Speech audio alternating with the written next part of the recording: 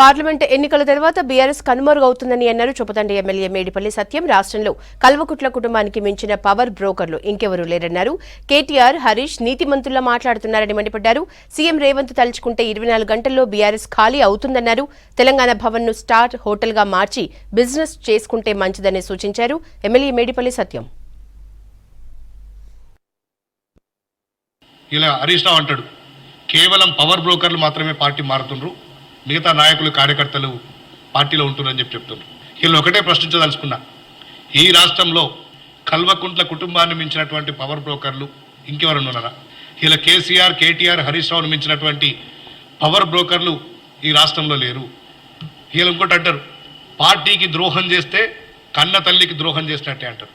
ఇలా సిగ్గుండాలి మాట మాట్లాడడానికి. గతంలో 2018లో 88 మంది పార్టీ ఎమ్మెల్యేలు వారి పార్టీలో గెలిచినప్పుడు 28 మంది ఎమ్మెల్యేలల్లా మీ పార్టీ జెండా మోసి మీ పార్టీ ఉద్యమం చేసిన వాళ్ళు ఎంతమంది ఒక్కసారి ఆత్మవిమర్శ చేసుకోవాలి. ఆనాడు కాంగ్రెస్ పార్టీ నుంచి, తెలుగుదేశం పార్టీ నుంచి వచ్చినటువంటి 90% పైగా ఎమ్మెల్యేలు ఉన్నారు, మంత్రులు ఉన్నారు.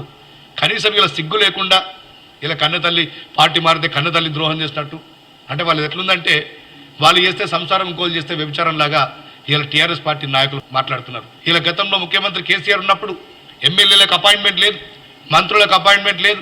కేసీఆర్ గారి కుమార్తె కవిత అరెస్ట్ అయితే కనీసం ఒక పార్టీ నాయకుడు స్పందించాలంటే ఇలా మీరు ఏ ధైర్య పరిస్థితుల్లో తెలంగాణ రాష్ట్రాన్ని మీరు ఏ విధంగా దోచుకున్నారో, తెలంగాణ ప్రజలు మిమ్మల్ని ఏ విధంగా అసహించుకుంటారో ఒకసారి మీరు అర్థం చేసుకోండి. ఇప్పటికైనా కేటీఆర్, హరీష్ రావులు మాటలు పక్కన పెట్టండి. ఈ పార్లమెంట్ ఎన్నికల బీఆర్ఎస్ పార్టీకి ఆఖరి ఎన్నికలు. మీ తెలంగాణ భవన్ కూడా ఖాళీ చేయబోతున్నారు. ఎట్లాగో కేటీఆర్కు మా ముఖ్యమంత్రి గారు ఎప్పుడు చెప్తారు, అమెరికాలో చిప్పలు గడిగిన హోటల్లో పనిచేస్తున్నారు.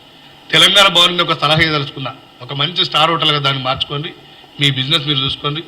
ఆ కేసీఆర్ గారేమో ఫామ్ హౌస్లో మంచిగా రెస్ట్ చేసుకుంటారు, కేటీఆర్ గారు ఇక్కడ తెలంగాణ భవన్ను ఒక స్టార్ హోటల్ లాగా మార్చుకొని ఆయన బిజినెస్ ఆయన చేసుకుంటాం మంచిదని చెప్పి, ప్రజాపాలన మీద ఎవరు విమర్శించినా ఇక సూర్యుని మీద ఉమ్మేసినట్టు ఉంటుంది. కేటీఆర్, హరీష్ రావులు ఒళ్ళు దగ్గర పెట్టుకొని ప్రవర్తిస్తే మంచిదని చెప్పి